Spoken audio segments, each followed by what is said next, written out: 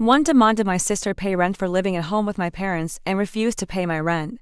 Until she does. So, this whole thing started about 3 months ago when I was visiting my parents for Sunday dinner. I'm 24. Moved out 2 years ago. And I've been paying them for $100 a month to help with groceries and utilities. Since I still come over like 3 times a week to do laundry and eat their food. My sister Emma is 22 and never moved out. She works part-time at some boutique downtown making probably $12 an hour. But she's always got money for new clothes and going out with friends. I'm sitting there eating my mom's pot roast when Emma starts complaining about how she needs a new phone because hers is literally ancient. It was an iPhone 12. Then she's showing everyone these $100 boots she just bought. I'm doing the math in my head and I'm like, wait a minute. I work full-time at an accounting firm, live in a crappy 1-bedroom apartment, and I'm still giving my parents money every month. Meanwhile, Emma's living here rent-free, eating free food, using free Wi-Fi, and blowing her paycheck on random stuff. So, I asked her straight up, hey, do you pay mom and dad anything for living here? She just looked at me like I'd asked her to solve calculus and goes, why would I? This is my home. My dad got all uncomfortable and started talking about the weather. But I wasn't letting it go. I told my parents that night that I thought it was completely unfair that I'm paying them money when I don't even live there. But Emma gets everything for free. My mom gave me that whole speech about how family helps family, and Emma's still figuring things out. But like, I was figuring things out too when I moved out at 22 and nobody gave me a free ride. The next week, I told my parents I wasn't paying them anymore until Emma started contributing something, anything. Even to $100 a month would show she's at least trying to be responsible. My dad called me being petty and vindictive, and my mom started crying, saying I was tearing the family apart over money. But here's where it gets really good. Emma found out I stopped paying and absolutely lost it. She called me screaming about how I'm ruining her life and how it's not fair that they're asking her to pay rent now because of me apparently. My parents sat her down and told her she needed to start contributing to $150 a month or find somewhere else to live. She tried every excuse in the book. First, it was, I don't make enough money. So I suggested she get a second job or work more hours. Then, it was, I'm saving up to move out. But when my dad asked to see her savings account, she had like $180 in there. Then, she claimed she was going back to school, which was news to everyone since she dropped out of community college 2 years ago. The whole thing came to a head last Sunday when Emma brought her boyfriend Tyler over for dinner. This dude rolls up in a brand new Mustang, and I'm thinking there's no way he bought that on a retail salary. Turns out his parents bought it for him as a graduation gift, even though he graduated high school 3 years ago and hasn't done anything since, except work at GameStop. Emma and Tyler start talking about this weekend trip they're planning to Nashville, staying in some fancy hotel, going to expensive restaurants. I'm sitting there watching my parents listen to this while they're stressed about asking their own daughter for $250 a month in rent. So, I just started laughing. My mom asked what was so funny and I said, it's just hilarious that Emma can afford weekend trips to Nashville, but paying you guys a couple $100 a month is apparently impossible. Emma got all red-faced and told me to mind my own business. But Tyler, this absolute genius, decides to jump in and goes, dude, why are you trying to make your sister homeless? I lost it. I told him that expecting a 22-year-old adult to contribute to the household she lives in isn't making her homeless. It's called being a functioning member of society. Then I asked him if his parents charge him rent, and he got all quiet because obviously they don't. But the difference is his parents can actually afford to support a grown adult child. Mine are both retired and living on Social Security. Emma stormed out with Tyler, and my parents spent the rest of dinner trying to convince me to just drop it and start paying them again. But I stood my ground. I told them I love them, and I'll always help out when they really need it. But I'm not subsidizing Emma's refusal to grow up anymore. The next day, my mom texted me that Emma agreed to pay $100 a month starting in February. She also picked up more hours at work and is looking for a second job. My mom was like, are you happy now? With this passive-aggressive tone. When my mom asked, are you happy now? I honestly didn't know what to say. Because the truth was, yeah, I kind of was. Not because Emma had to pay rent, but because for the first time in years, she was being treated like an adult instead of a fragile porcelain doll that the entire family had to tiptoe around. But I didn't say that. I just texted back something neutral like, it's a good start. Emma didn't talk to me for a week after that. She unfollowed me on Instagram, blocked me on Snapchat, and even removed me from her private spam account where she usually posts passive-aggressive quotes. My mom kept telling me I should reach out and apologize, but I didn't feel like I had anything to apologize for. The real drama began the next weekend. I dropped by my parents' house to return my dad's drill. When I walked in, I could hear voices coming from the living room. Not just talking, arguing. Loud arguing. I stood in the hallway for a second and heard Emma yelling something like, "This isn't fair. You're punishing me for wanting a life." Then my dad said, "A life doesn't mean we pay for everything while you play dress up downtown." I walked in and found Emma standing with her arms crossed, looking like she was about to explode. My mom was crying as usual, and my dad looked exhausted, like he'd aged 10 years overnight. When Emma saw me, her eyes narrowed and she jabbed a finger in my direction like I was a villain of a movie. "This is your fault," she screeched. "They're making me pay for gas now, and groceries. And Mom said I have to start doing my own laundry." I blinked. "You weren't already doing your own laundry?" "No," she snapped. "Why would I? Mom always did it." Dad groaned. "And that's the problem." But Emma was on a roll. "And now I can't go to Nashville. I already paid for the hotel. And they won't refund it. Tyler said we still have to go. But I don't have spending money because you guys want to wring me dry." Dad muttered under his breath. Maybe Tyler should spend less money on cars and more on his responsibilities. Emma threw her hands up dramatically. "Not everyone wants to live like you to boring people."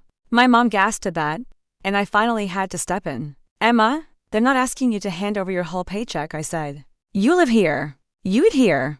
You use the electricity, water, internet. Oh my God, shut up," she yelled. "You don't even live here, and you're acting like you own the place."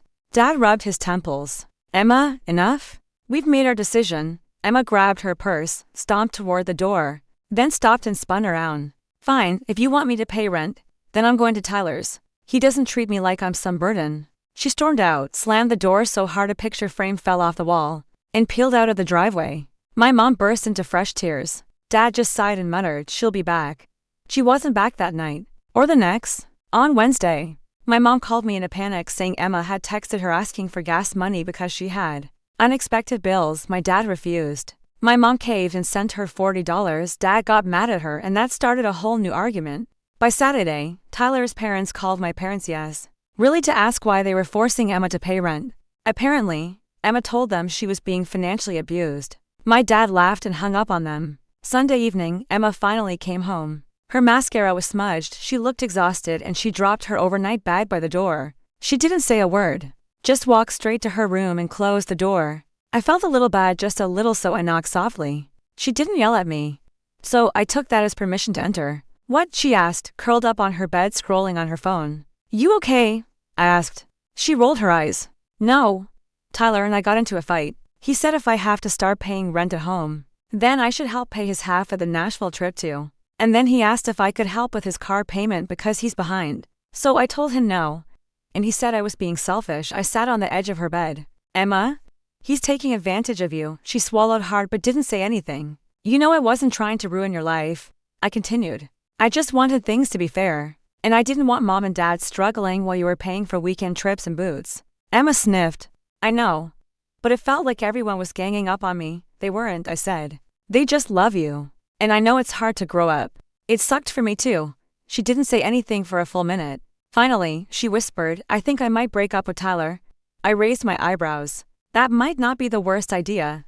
She actually laughed a little. "Yeah, he sucks." Over the next month, things changed slowly. Emma started paying rent on time. She got a second job at a coffee shop. She canceled the Nashville trip.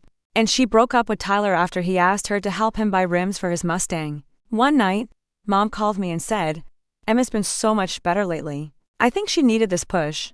"Thank you." Dad even apologized for calling me petty. And Emma?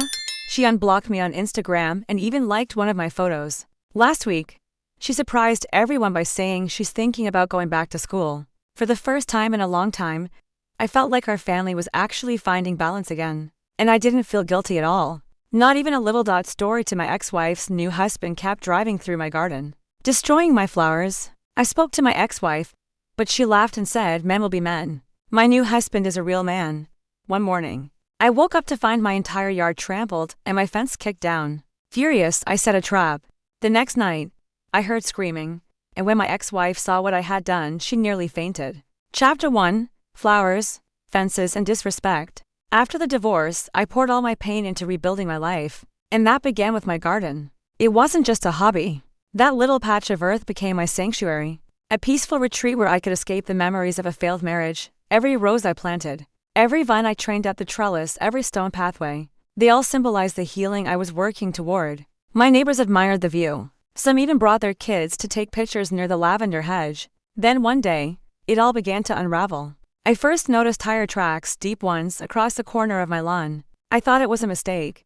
Maybe someone had reversed out of the driveway poorly. I patched the grass, reset the brick edging, and moved on. But the next time was worse. Fresh tire tracks, crushed tulips, and a section of my white picket fence splintered. And parked across the street, grinning at me from behind the wheel of a brand new truck, was him, Jake, my ex-wife's new husband. The guy she had cheated with.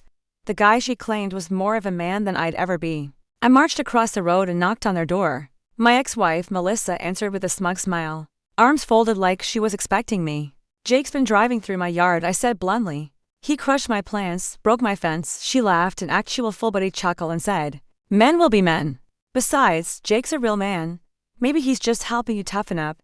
I stared at her in disbelief. "No," I replied coldly. "He's helping me build a case." She rolled her eyes and slammed the door in my face. I wish it ended there. But the next morning, I walked outside and my entire yard was ruined. Everything I'd nurtured for months trampled, my roses shredded, my koi pond cracked and leaking. The new fence post pulled up. I could still smell the diesel fumes. He had driven straight through the yard like it was a battlefield, and he was conquering it. That's when something inside me snapped. They thought I was soft, but they forgot who I used to be. Chapter 2, The Man. They underestimated Jake and Melissa. Thought I was harmless, a pushover, quiet, polite, and still licking my wounds from the divorce. But before I ever became the mild-mannered man they knew, I was a systems engineer for a private security firm. I specialized in perimeter defense, motion sensors, night vision cameras, silent alerts. I'd walked away from that life after the marriage, hoping to embrace peace over control. But now I was done turning the other cheek. I took a week off work and started reinforcing my property like a fortress. But not obviously. No barbed wire, no keep-out signs. I wanted Jake to feel safe right up until the trap closed. I replaced the broken sections of my fence with reinforced steel posts disguised as wood, drilled deep into concrete and camouflaged necks. I lined the edges of the driveway and garden with discreet spike strips that retracted into the ground with a remote signal just in case he tried another stunt. Then I installed motion-sensitive night cameras and buried vibration sensors beneath the soil, like we used to in off-grid installations. I knew the weight profile of Jake's truck now, so I could trigger alerts only when his wheels hit my yard. And the final piece, a small set of tire puncturing devices, not random spikes, but custom-welded steel blades hidden just beneath a thin patch of dirt on the exact path Jake had taken multiple times. By Friday night, everything was ready. I sat on my porch sipping tea like it was any other evening. The street was quiet, the neighborhood asleep. I had a security app open on my phone, waiting for the ping. 1:24 a.m. The alert chimed softly. Heavy vehicle detected. Right perimeter, zone 3. I didn't even flinch. The cameras showed it all. Jake's truck creeping down the street. Lights off, engine idling low. He was doing it again. I could see him smirking from the dash cam. He turned hard onto my property like he owned it. Then I heard it. Shrike, KRK truck jolted. Tires screamed. The front axle dropped into the shallow trench I disguised, sending his bumper crashing into the spikes beneath. His left tire burst, the right shredded on impact, and the entire front undercarriage was ruined. He tried to reverse. Bad idea. The moment he backed up, the hidden rear strip activated, puncturing both back tires. Now the truck was stuck, grounded, leaking fluids, and with all 4 tires ruined. Steam hissed. A horrible grinding noise followed. Then came the screaming from Jake. Not just from pain, but panic. I calmly walked outside in my robe, flashlight in hand. He was already out of the truck, limping and cursing. "What the hell is this?" he shouted. "You sabotaged me." I could see you. I stood at the edge of my lawn, arms folded. "You've been trespassing, vandalizing my property, and threatening my safety." This was a deterrent, and it worked. He snarled and limped toward me. "I'll call the cops." "You should," I said, because I already did. His face drained of color. Chapter 3, When the police arrived. As Jake stood frozen in my yard, I could hear the distant wail of sirens growing louder. He glanced back at his destroyed truck, then at me, realization hitting him like a freight train. This wasn't a prank. This was a setup. No, this was justice. I had everything recorded, the tire treads matching previous incidents, time-stamped footage of him driving onto my property multiple times over the last 2 weeks, and audio of my calm voice warning him during our last conversation. "If this continues, I will handle it myself." He laughed then. He wasn't laughing now. The patrol car rolled up seconds later. headlights sweeping across the mangled front of Jake's truck. Two officers stepped out, hands resting near their belts. One of them, Officer Cruz, had responded to my previous complaints about the vandalism. He recognized me immediately. "Mer Wallace," Cruz said, nodding. "We got your call. Everything all right?" I pointed toward Jake. "He's the one who's been driving through my garden. I filed 3 reports tonight." He came back. Jake was about to interrupt, but Cruz raised a hand. "Sir, you're on private property, and you look like you've done some serious damage." "That lunatic planted traps," Jake yelled. "He ruined my truck." I pulled out a flash drive from my pocket, the one I prepared earlier that day. "Here's the footage from my home security system. You'll see him driving onto my lawn in the past, and tonight intentionally trespassing again. I've already emailed a backup to the station." The other officer reviewed the footage on a tablet I offered, his brows furrowed. "This is pretty clear," he said. "And these devices were underground." "Yes," I nodded, "hidden, but within legal boundaries. They're non-lethal deterrents on my property." Jake's voice rose again. "He ambushed me. This is entrapment. You're not a criminal suspect being tricked into confession," Officer Cruz said coolly. "You're a grown man who's been warned repeatedly to stay off private property. And now you're the one in cuffs." Jake's mouth fell open. "What?" "Turn around, click." It wasn't long before Melissa arrived, her SUV screeching to a halt on the street. She jumped out wearing pajama pants and a silk robe, confusion all over her face. Until she saw Jake in handcuffs. "What the hell is going on?" she shrieked. "I didn't say anything." Officer Cruz calmly explained. "Trespassing, destruction of property, documented repeated offenses." She turned to me, eyes narrowing. "You really had to go this far, Mike?" "No," I said quietly. "You did when you laughed in my face the first time I asked for basic respect. And when he destroyed my fence?" Her face flushed. She turned to Jake, who was fuming and trying to argue with the officers, looking more pathetic with every word. Then she slapped him right there hard across the face. "You said it was just a joke," Jake snarled. "This is your fault. You said he wouldn't do anything wrong," I finally said, stepping forward. "I didn't do something. I did everything right." Chapter 4. Public humiliation and legal consequences. The next morning, the story was already spreading through our suburban neighborhood like wildfire. Apparently, one of the neighbors had filmed the entire arrest and posted it in a local Facebook group. The video caption read, "Man repeatedly trashes ex-wife's garden. Ends up caught in the most epic way by her calm, collected ex-husband." Karma at its finest. Within hours, it had over 12,000 views and counting. Jake spent the night in a holding cell. He was released on bail the next afternoon, but not before being officially charged with criminal mischief, trespassing, and property destruction. And because I had years' worth of property damage estimates, official complaints, and footage, the case wasn't going to be brushed aside. But the most unexpected part, his employer saw the video. Jake was a mid-level manager at a construction firm known for its professionalism and community-first values. The viral footage along with his arrest record didn't exactly align with that image. By Monday morning, Jake was suspended without pay pending review. Melissa stormed into my front yard later that afternoon, red in the face. "You ruined his career." "No," I replied calmly. "He did that himself. I just pressed record." She tried to argue, throwing out every guilt trip in the book about her reputation. Her embarrassment, her mother asking questions. "You humiliated us," she screamed. I smiled gently. "No, Melissa, you humiliated yourselves. I just stopped letting it slide." 2 weeks later, my lawyer filed for a permanent restraining order against Jake. The judge, after reviewing the evidence, granted it almost immediately. Jake was now legally forbidden to come within 500 feet of me, my property, or my son's school. What's more, he had to pay restitution. The judge ordered him to cover the damages to my garden, fence, and landscaping, a total of $8,200, and when Jake tried to smirk and say he'd just declare bankruptcy, my attorney handed the judge another document, a civil suit, one that would attach his wages no matter where he worked. Jake's face turned pale. Melissa looked like she was about to throw up. Chapter 5. The final twist. The garden party. With the restraining order in place, my property finally knew peace. No more tire tracks, no more crushed petals, and definitely no more arrogant laughter echoing from Jake's truck. But I wasn't done yet. I wanted a celebration, a moment to reclaim everything they tried to destroy. Not just my garden, but my dignity, my peace, and the home I'd rebuilt for myself and my son. So, I planned something special. I invited all my neighbors, friends, and colleagues to a Saturday garden party. The theme, resilience in bloom, floral decorations, string lights, fresh lemonade, music, joy. And at the center of it all, the rebuilt flower beds now twice as vibrant. Roses, tulips, lavender, even an elegant fountain where the old fence used to stand. I'd hired a landscaper to transform the place completely. But one thing stood out the most: a beautifully carved wooden sign that now sat on the front lawn surrounded by begonias. It read, "To those who trample beauty but where the roots run deep." People chuckled when they saw it, especially those who had seen the viral video.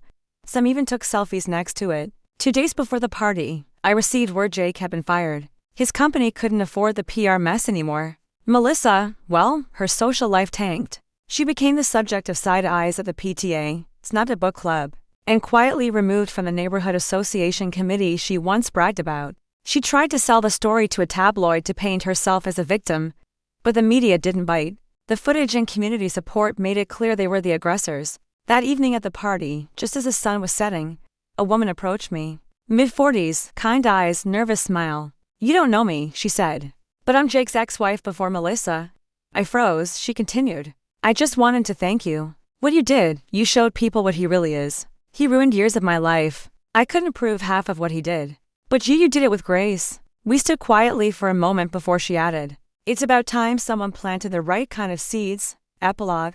Seeds of peace. Roots of justice. A full year had passed since Jake last set foot or tire on my property. The garden had never looked better. Every corner was thriving with color. Butterflies danced around the lavender bushes and the wooden sign still stood proudly on the lawn. Now weathered, but iconic. Visitors often stopped just to take pictures with it. The story had become something of a local legend, a neighborhood symbol of calm but calculated revenge. But what happened to the others? Jake never recovered professionally. After losing his job due to the viral video, his aggressive behavior, once excused as masculine confidence, was now seen for what it was: reckless and unstable.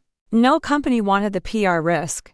Their marriage cracked quickly under pressure. Melissa, once proud of her real man, found herself shouldering the bills, reputation damage, and mounting resentment. Within 6 months, Melissa filed for divorce, citing irreconcilable embarrassment.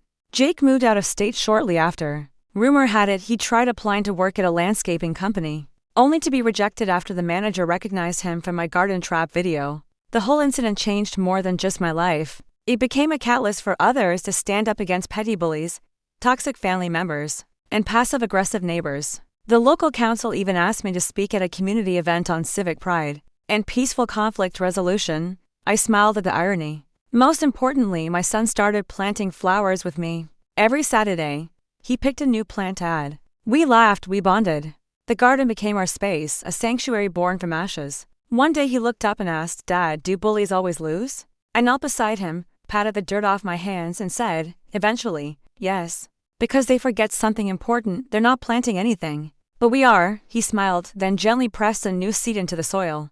And just like that, the story of the ruined garden ended, not with vengeance, but with growth. Was this revenge perfectly justified? Or should the storm have raged harder? Drop your verdict below. I read every single one. Hit like if you crave justice and share the story with someone who needs its fire.